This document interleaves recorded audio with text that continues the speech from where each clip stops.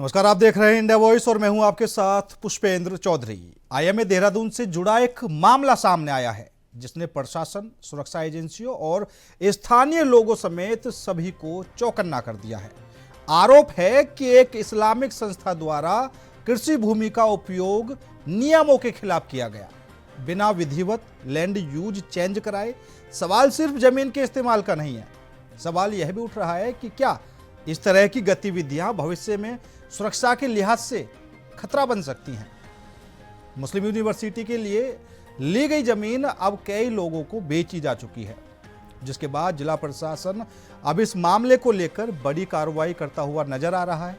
साथ ही इस जमीन को लेकर सियासत इतनी तेज हो गई है कि मुख्यमंत्री ने इसे कांग्रेस की तुष्टीकरण वाली राजनीति का उदाहरण बता दिया है, जिससे प्रदेश ही नहीं बल्कि दिल्ली तक की राजनीति में उबाल आ गया है।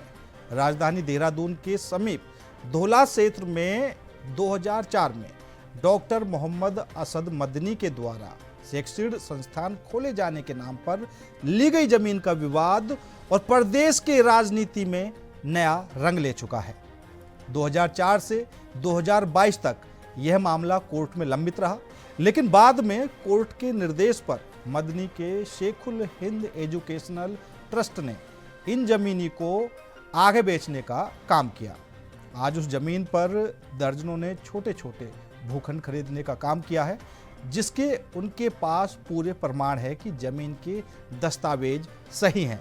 लेकिन इस पूरे विवाद में मुख्यमंत्री पुष्कर सिंह धामी ने विपक्ष पर निशाना साधा है। बीजेपी कांग्रेस इस जमीन को लेकर एक दूसरे पर आरोप प्रत्यारोप लगा रहे हैं।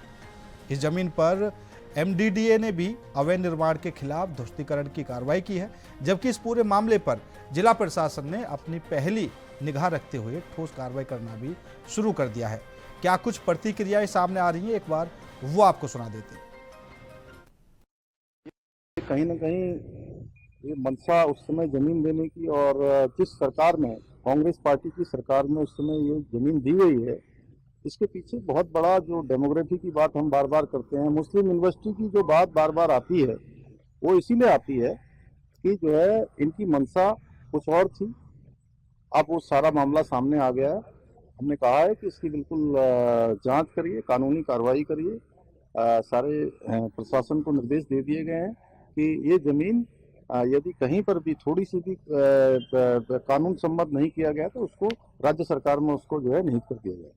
देखिए, सूचना जो मिली थी कि ये ज़मीन ट्रस्ट को आवंटित हुई थी, तो उसी के संबंध में ये जांच पड़ताल है कि जो ट्रस्ट को जिन शर्तों और जिन उद्देश्यों के लिए ज़मीन दी गई थी, क्या उनकी जो है उनका पालन किया गया और ग्राउंड पे उसका स्टेटस क्या है। तो उसी आधार पे हमारी पूरी तहसील की टीम है, तहसीलदार, एसडीएम साहब, हमारे सभी लोग हैं, पुलिस है, कि इसकी पैमाइश कर रही है कि वास्तव में जो ज़मीन थी ग्राउंड पे कितनी है और उसकी क्या स्थिति है। उसके बाद जो इसमें तथ्य सामने आएंगे जमींदारी एक्ट के तहत उनके खिलाफ जो है कार्रवाई की जाएगी। देखिए, ऐसे है कि मैंने जब यहाँ पे मेरा एक प्लॉट है करीबन 250 गज का, तो जब मैंने प्लॉट खरीदने चाहा तो मैं पहले इसका टाइटल चेक करने यहाँ विकास नगर तहसील में एसडीएम के पास गया। उन्होंने मेरे को तहसीलदार साहब के पास भेजा। तहसीलदार साहब ने चेक करके मेरे को बताया कि इसका लैंड का टाइटल जो है बिल्कुल ठीक है, इसमें कोई गड़बड़ नहीं है। तो फिर मैंने उसकी हिस्ट्री का पता किया, तो मेरे को पता चला कि ये लैंड जो थी इनिशियली किसी एजुकेशनल ट्रस्ट के लिए खरीदी गई थी, लेकिन सिक्योरिटी रीजंस की वजह से उनको इसकी परमिशन नहीं मिली।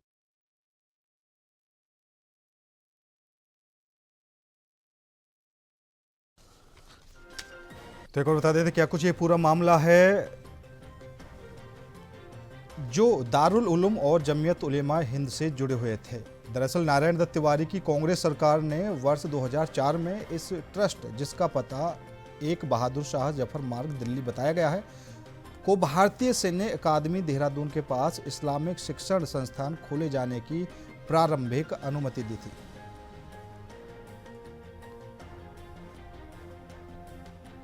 तो आज इसी मुद्दे पर करेंगे चर्चा। चर्चा में शामिल होने के लिए हमारे साथ भारतीय जनता पार्टी से परवा बदौनी जी जुड़ चुकी हैं, वहीं कांग्रेस से आशीष सैनी जी हमारे साथ जुड़ चुके हैं। दोनों ही मेहमानों का बहुत बहुत स्वागत है। सबसे पहले प्रभा जी आपके पास आना चाहूँगा, क्योंकि अभी जो सवाल उठ रहे हैं, क्योंकि एक तरफ तो सीएम धामी जी ने साफ तौर पर कह दिया कि जब ये पूरा मामला आया, जो जमीन दी गई, कांग्रेस ने उस समय तुष्टीकरण की राजनीति की, और कांग्रेस इन सभी आरोपों को भी बेबुनियाद बता रही है। क्या कुछ इसमें अब तक कार्रवाई हुई है और आगे क्या कुछ हो सकती है? क्योंकि जिस हिसाब से ये भी बातें निकलकर सामने आ रही हैं कि भैया जिस उद्देश्य से ट्रस्ट को जमीन दी गई, उन्होंने उसके तहत उस पर काम किया ही नहीं, और जो जिन लोगों ने खरीदी वो भी सामने आ रहे हैं। देखिए, मैं इसमें ये बताना चाहूंगी कि जो ये प्रकरण हम सबके सामने आया है, तो उससे जो कांग्रेस की मंशा है वो स्पष्ट हो गई है, जिससे कांग्रेस हमेशा ही मना करती रही है। क्योंकि जब हमने देखा है 2022 के चुनाव थे, तो कांग्रेस अपने घोषणा पत्र में ये कहा था कि हम अगर हमारी सरकार आएगी तो मियां मुस्लिम यूनिवर्सिटी बनाएंगे। लेकिन जब जनता का भारी विरोध हुआ और भारतीय जनता पार्टी ने इस मुद्दे को उठाया कि एक आप देवभूमि में देवत्व को ये खराब करने की ये कौन सी मंशा है, जो क्योंकि हम सबको पता है कि जो कांग्रेस है उनकी तुष्टीकरण की ही नीति शुरू से रही है। तो जब भारी विरोध हुआ और जनता ने इसको बल्कि बढ़ चढ़ कर उठाया, तो उन्होंने उस वक्त इस बात को ठंडे बस्ते में डाल दिया। लेकिन जब ये बात अब सामने ये आ गई है कि ये मुद्दा तुष्टीकरण का, ये तो जब उत्तराखंड बना ही था, देखिए तभी 2004 में जो नारायण दत्त तिवारी की सरकार आई थी, क्योंकि देखिए उस वक्त भी केंद्र में ये कही कि इनकी सरकारें रही हैं, तो इनको तो हर जगह से कहीं ना कहीं तुष्टीकरण के तहत अपना वोट बैंक सुरक्षित करना होता है। तो उस वक्त इन्होंने ये जमीन सुरक्षित कर ली थी, और एक एजुकेशनल ट्रस्ट जो कि मैं कहूँगी महमूद मदनी है, वो लगा लीजिए कि अगर वो मुस्लिम है, एजुकेशन ट्रस्ट है, तो सबको पता है कि वहां पर कोई वो गीता ट्रस्ट तो बनाएंगे नहीं, तो क्या बनाएंगे? उन्होंने मुस्लिम एजुकेशन ट्रस्ट है। तो अब ये सीधे सीधे स्पष्ट में आ रहा है कि क्यों ये बार बार कह रहे थे कि हम मुस्लिम यूनिवर्सिटी बनाएंगे। तो और देखिए, सबसे उसका भी प्रश्न ये है कि इन्होंने देश की सुरक्षा को भी तार तार कर दिया, और उसको भी ताक में रखकर IMA, जो हम ये कहेंगे कि हमारे पूरे देश का सुरक्षा संस्थान है, हमारे सारे आर्मी के ऑफिसर्स वहां से निकलते हैं, वहां पर ये किस प्रकार से कांग्रेस काम कर रही थी, ये तो अपने में एक नहीं, बिल्कुल बिल्कुल प्रभा जी आपकी बात ठीक है। मान लेते हैं कि कांग्रेस ने उस समय तुष्टीकरण की राजनीति की, ठीक है, और ये जमीन अलॉट कर दी। दूसरा ये कि ये जो अभी खरीदार सामने आ रहे हैं, अचानक से ये मुस्लिम यूनिवर्सिटी का मुद्दा सामने आ गया, तो क्या आपकी सरकार ने पहले से इस बारे में कोई भी जांच नहीं बैठाई कि भैया क्या कुछ चल रहा है इस जमीन का, क्या नहीं चल रहा? अब जो लोग इस जमीन में से प्लॉट वगैरह खरीद चुके हैं वो तो फंस गए होंगे।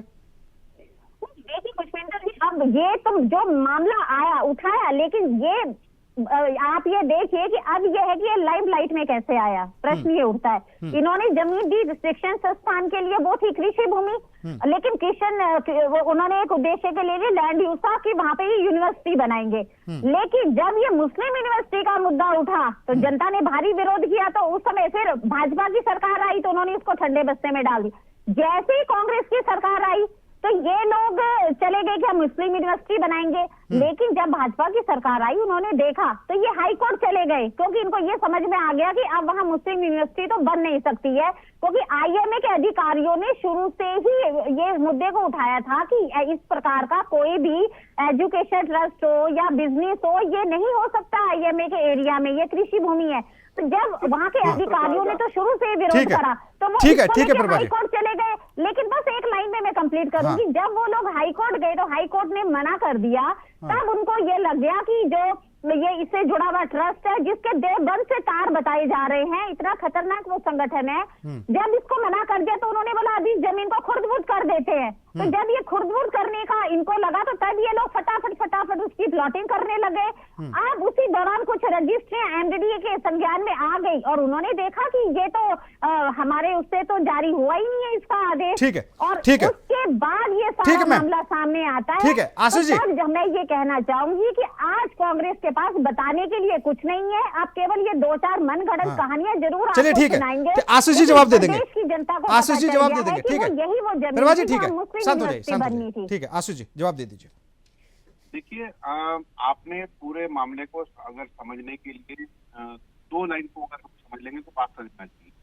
पहली चीज कि एजुकेशनल ट्रस्ट के नाम पर उत्तराखंड में जमीन ली गई, और उत्तराखंड के कानून के अनुसार जब एनडी तिवारी जी यहाँ थे तो एक कानून था कि जिस उपयोग के लिए जमीन ली जाए तो उसका उपयोग परिवर्तन नहीं करेंगे। साथ साथ कि यदि एजुकेशनल संस्थान बनाने के लिए जमीन लेनी है तो केवल उसी में उपयोग करना है। बिल्कुल। और उसी नियम का पालन करते हुए संबंधित जो संस्था IMA से उसको परमिशन नहीं मिली और बहुत सारी तकनीकी खामियां उनको परमिशन नहीं मिली। जिस ट्रस्ट ने 2002 में कृषि योग्य भूमि खरीदी, आज भी वो जमीन कृषि योग्य है, उसका टाइटल चेंज नहीं किया है। मैं इस सरकार से पूछना चाहता हूँ कि 2017 से ये सत्ता में बैठकर मलाई चाट रहे हैं सुबह से शाम तक, तो इनको ये इतना होश नहीं था क्या कि वो जो जमीन है उसकी रजिस्ट्री किसके नाम हो रही है, वो जो जमीन है वो लैंड यूज चेंज करे बगैर कृषि भूमि में प्लाट कैसे कट रहे हैं। यानी इनको मालूम ही नहीं था कुछ भी। इनको तब याद आया जब UIDB की 3600 नाली जमीन पर प्लाट काटने के लिए जब परमिशन मांगी और कांग्रेस के नेताओं ने और हमारे नेता प्रतिपक्ष यशपाल आर्य जी ने उस मुद्दे को उठाया, तो इनकी जमीन की बंदरबाट की पोल खुली है। इनकी जमीन की बंदरबाट का मैं एक और उदाहरण, मेरे पास तो बहुत सारे उदाहरण है लेकिन मैं एक उदाहरण दूंगा।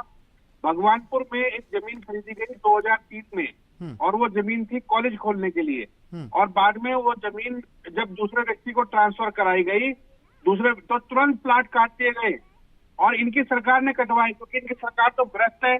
इन भ्रष्ट लोगों ने वो कितने घोटाले कर रहे हैं आप उनसे आपको अगर बीमारी है प्रभाजी बीच में बोलने की बीमारी आपको, आप भ्रष्टाचारियों के साथ है, आप मुख्य मुद्दे को सामने नहीं आने देना चाह रहे हैं, आप बार बार हर डिबेट में यही बदतमीजी आप कर रहे हैं। ठीक है प्रभाजी, लगता है आपकी अठन्नी चवन्नी खतरे में पड़ गई है। प्रभाजी रिक्वेस्ट कर रहा हूं, एक करके आप बकवास करने में लगे। प्रभाजी शांत हो जाए, प्रभाजी शांत हो जाए। पार्टी से जुड़ा एक आदमी जमीनों के मामले में माफियावाद और भ्रष्टाचार में लिप्त है, ठीक है आरोप लगा रहा हूं उन लोगों पर। प्रभाजी शांत हो जाइए, शांत हो जाइए, एक एक करके आशीष जी की बात पूरी हो जाए, आपके पास आ जाऊंगा। ये लोग अपनी चोरी छुपाने का काम कर रहे हैं। हाँ। पूरा समय आपने दिया, इन्होंने अपनी इधर उधर की सारी बात कर ली, लेकिन अब मैं असलियत खोल रहा हूँ तो इनको घबराहट हो रही है। मैं कह रहा हूँ कि कौन सी निकम्मी सरकार उत्तराखंड में मौजूद थी 2017 से, जिसने प्लाट काटते रहे, बिकते रहे और उत्तराखंड के जो लोग हैं वो लुटते रहे और ये आंख बंद करके बैठे रहे। अभी मुस्लिम यूनिवर्सिटी के आड़ में छुपना चाहते हैं। मुख्यमंत्री ने इन्हें मुस्लिम यूनिवर्सिटी में घुसेड़ दिया। इनसे ये नहीं बताया कि हमारी सरकार के अंदर बैठे हुए माफिया काम वो करा रहे हैं। बताइए ना कौन सा विभाग था, MDDA कहाँ सोया हुआ था, क्यों इसका जब इसको डिसमेंटल करने के ऑर्डर थे वो कहाँ है ऑर्डर, वो किसके ऑर्डर से रुका हुआ है काम। ये अपनी चोरी छुपाने के लिए बार बार मुस्लिम यूनिवर्सिटी का नाम लेते हैं। शर्म नहीं आती माफियाओं के साथ खड़े होने में। ठीक है प्रभाजी, क्योंकि बात तो लॉजिक वाली बोल रहे हैं वो कि भाई प्लॉटिंग की परमिशन तो आपकी सरकार में मिली है, तो क्या पहले से आपको नहीं पता था? देखिए पुष्पेंद्र जी, मैं आपको स्पष्ट कर देना चाहती हूँ कि वो जमीन ना तो ये प्लॉटिंग के लिए गए, ना ये नक्शे पास करवा रहे थे। इन्होंने उस जमीन को एक पावर अरे पैनामा तो हो रहा था, पैनामा कैसे हुआ ये बताइएगा, बदनी है उसका रजिस्ट्री कैसे हो रही है? आप अंधे बैठ के बनकर बैठे थे क्या वहाँ पर? नमकीन बिस्कुट खाने के लिए सरकार में हो? 15 लोग आगे खड़े कर दिए। मुझे बताइए, नमकीन बिस्कुट खाने के लिए सरकार में बैठे हो क्या? सत्ता की मलाई चाटने के लिए तो आप बैठे हो, जिम्मेदारी कौन लेगा? चैनल से ये लोग नहीं जा रहे थे, ये उसको आप आंख मूंद कर बैठे हुए थे, ये बताइए 15 लोगों ने 70 लोगों को वो जमीन दे दी, लेकिन ये मामला अचानक इसलिए आया कर रहे थे ये बताइए ना मुझे एक बार। वो भी विशेष संप्रदाय के लोग आप क्या कर रहे थे ये बताइए। इसी केस में भी जमीनें दिख रही थी, पूरे उत्तराखंड में जमीनें दिख रही हैं, प्लॉट दिख रहे हैं, आप अंधे होकर बैठे हुए हैं क्या? आप खाली नमकीन बिस्कुट जाते हैं क्या देहरादून में सचिवालय में, मुख्यमंत्री जी के कार्यालय में क्या हो रहा है ये बताइए ना मुझे एक बार। इस पर एक्शन लिया? कोई एक्शन नहीं लिया, झूठ बोल रहे हैं। इनका घोटाला खुला तो इन्होंने मुस्लिम यूनिवर्सिटी को बीच में लेकर आ गए। जिसकी हमारे माननीय मुख्यमंत्री जी हमेशा बात करते हैं। मुख्यमंत्री जी तो केवल नमकीन बिस्कुट खाते हैं अपने दफ्तर में बैठकर। सेम वही काम ये यहाँ पर कर रहे थे। यही काम आप कर रहे हैं, आप माफियाओं के साथ हैं, आपकी पोल खुल रही है और आप इस लायक नहीं रहे कि आप सार्वजनिक प्लेटफॉर्म पर बैठकर अपनी सरकार का बचाव करने का काम करें। फंडिंग भी बाहर से हो रही थी कि आप ये जमीन ले लो, क्योंकि आज के समय में इतनी जमीन लेना, अरे तो आप कर क्या रहे हैं महाराज, ये फंडिंग भी बाहर से हो रही है। वश की बात देहरादून में नहीं है, तो इनकी फंडिंग भी बाहर से हो रही थी और उतने सारे लोगों को वहाँ पे लाया जा रहा था। तो मुझे ये कौन लेके आ रहा था, कुछ ढंग से तो बोलिए। जमीन को आप नुक्कड़ सभा में नहीं खड़ी है, से बचकर चुपचाप ये प्रक्रिया करने में लगे हुए थे, लेकिन जैसे ही ये संज्ञान में आया, क्योंकि जब ये मुस्लिम यूनिवर्सिटी कैसे आया संज्ञान में ये बताएंगे जरा एक बार। लेकिन फिर भी कहीं ना कहीं ये प्रश्न आता था कि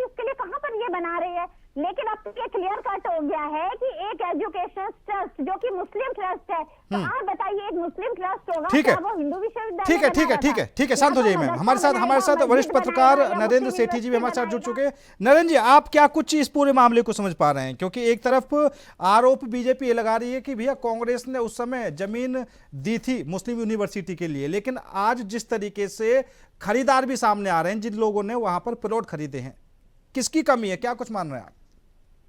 देखिए, प्लॉट तो बात की बात है, लेकिन अगर जैसे एक जमीन की बात आ रही है कि उसको जमीन दी है कांग्रेस ने अपने समय में, और एक स्पेसिफिक ये कह के दी है कि मुस्लिम यूनिवर्सिटी के लिए जमीन है। हाँ। तो मुझे लगता है कि चाहे भारतीय जनता पार्टी हो या कांग्रेस हो, उत्तराखंड की स्थिति का ये हिसाब रहा है एक सीधा सा कि कोई भी डेडिकेटेड नेता, हमें अगर आप उसकी संख्या ढूंढने पे आए तो आपको 10% मिलेंगे मुश्किल से, जो अपने दलों तक सीमित रहे हैं। अन्यथा चुनाव आते ही जब पलायन होता है नेताओं का और इनके विधायकों का इधर से उधर दूसरे में, तो इसमें पता ही नहीं लग पाता कि समर्पित भाजपाई और समर्पित कांग्रेसी कौन है। हाँ। तो आप पूरा इतिहास पिछले 25 साल का उठा के देखिए, तो जिसके भी कार्यकाल में ये दी गई, चाहे वो कांग्रेसी हो या इस वर्तमान में भाजपा सरकार में वो मंत्री हो या जो भी शामिल हो, उनको कम से कम देवभूमि का मूल स्वरूप समझना चाहिए। और देवभूमि को किस तर्ज पर, जो चारधाम के कपाट हैं वो तो कांग्रेस के कार्यकाल में भी खुले हैं और बाकायदा मुख्यमंत्री जाते थे वहां। तो एक तरफ हम यहाँ पे सनातन संस्कृति को या हम देवभूमि की संस्कृति को कायम रखने के लिए सभी दल बोलते हैं, और दूसरी तरफ आप एक स्पेसिफिक तरीके से किसी उसको कहते हैं, आज आप मुस्लिम यूनिवर्सिटी को दे रहे हैं, कल आप पंजाबी यूनिवर्सिटी को देंगे, फिर क्रिश्चियन यूनिवर्सिटी को देंगे, और फिर उसके बाद यहाँ पे यूसीसी लागू करने का औचित्य क्या रह जाता है? आशीष जी, यूसीसी लागू करने का क्या औचित्य रह जाता है? और दूसरा, अभी जिस तरीके से सर ने बात कही कि भाई देवभूमि है, और जो चेंजिंग की बात चल रही है वो भी कई तरीके से तूल पकड़ रही है। दूसरा, अभी प्रभाजी ने एक बात और कही थी कि आपने अपने 2022 के घोषणा पत्र में भी ये बात कही थी कि अगर हमारी सरकार आई तो हम मुस्लिम यूनिवर्सिटी बनाएंगे। नहीं, ये बात आप या कौन कह रहा है, ये बताइए। आप कह रहे हैं ये बात? नहीं, प्रभाजी ने कहा है। नहीं, प्रभाजी तो कुछ भी बोल देंगे, इनका तो दिमाग चल चुका है, ये तो झूठ बोलने में लगी पड़ी है। मैं इनसे ये पूछ रहा हूँ कि 2017 से लगातार रजिस्ट्री हो रही है, आप मुख्यमंत्री कार्यालय में बैठकर नमकीन बिस्कुट खाने के अलावा आपने काम क्या किया? वो एक भी ये नहीं बता रही है। बार बार इन्होंने कहा कि मुस्लिम यूनिवर्सिटी है। मैं कह रहा हूँ मुस्लिम यूनिवर्सिटी ना तो कांग्रेस के मैनिफेस्टो में है, अब ये कह रहे हैं कि उस समय एक मुस्लिम एजुकेशनल ट्रस्ट अपना नाम बताता है कि मैं मौलाना असद बद्री, उनका संस्थान। ठीक है, प्रभाजी आपके पास आओ, प्रभाजी आपके पास आओ। फिर बीच में बोलेंगी, प्रभाजी आपके पास, बीच में बोलेंगी, ये बीच में उल्टी करने की आदत है। तमीज नहीं रहेगी भाजपा के प्रवक्ताओं को जरा सी भी। अपने वक्त में भी बोलेंगे और बाद में भी उल्टी करेंगे और बोलेंगे कुछ नहीं। ठीक है, ठीक है। ये इस सारे प्रकरण के लिए भारतीय जनता पार्टी के जमीन माफिया जिम्मेदार हैं। उन्होंने ये प्लॉटिंग कराई, प्लॉट बेचे, और उत्तराखंड के जो लोग जिन्होंने प्लॉट खरीदे हैं उनकी जेब काटने का काम इन्होंने किया है। और प्रभा बंदूनी जी हो या इनके मुख्यमंत्री हो, उन अपराधियों को बचाने का काम कर रहे हैं। नहीं आशीष जी, ठीक है, लेकिन जैसा अभी नरेंद्र सर ने कहा कि आप स्पेशल किसी एक समुदाय के लिए क्यों जमीन दे रहे हैं? ठीक है, आज मुस्लिम यूनिवर्सिटी, कल को फिर पंजाबी यूनिवर्सिटी। मैं समझ गया। मैं सेठी जी की बात का जवाब देना चाहता हूँ इसी विषय पे। कांग्रेस ने जब ये भारत की सरकार में उत्तराखंड राज्य बना सन 2000 में, तो इसे पहली बात तो हिंदू राज्य घोषित नहीं किया गया है। यहाँ पे मुस्लिम संस्थाएं भी होंगी और अन्य धर्मों की संस्थाएं भी होंगी और क्रिश्चियन संस्थाएं भी है। आज भारतीय जनता पार्टी के आधे से ज्यादा नेताओं के बच्चे तो क्रिश्चियन स्कूलों में पढ़ते हैं। तो ये कैसे कह रहे हैं कि अल्पसंख्यक की बात नहीं करेंगे?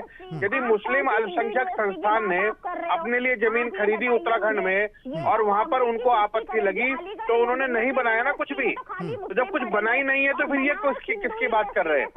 इनकी तो बीच में 2007 और 2012 में सरकार रही, उसके बाद 2014 से प्रधानमंत्री यहाँ मौजूद है, 2017 से भारतीय जनता पार्टी यहाँ मौजूद है। इन्हें तब ध्यान नहीं आया, इन्हें केवल तब ध्यान आया जब उत्तराखंड इंफ्रास्ट्रक्चर डेवलपमेंट बोर्ड का घोटाला सामने आया। ठीक है, सरकारी जमीनों का अधिग्रहण ठीक है, काट के ठीक है आशीष, ठीक है प्रभाजी, पकड़े गए रंगे हाथ। ठीक है आशीष जी, ये तो मुस्लिम यूनिवर्सिटी के पीछे छुपने की कोशिश कर रहे चलिए, हैं। ठीक है। हाँ प्रभाजी बोलिए, बात ये वो काम करेंगे। प्रभाजी बोलिए।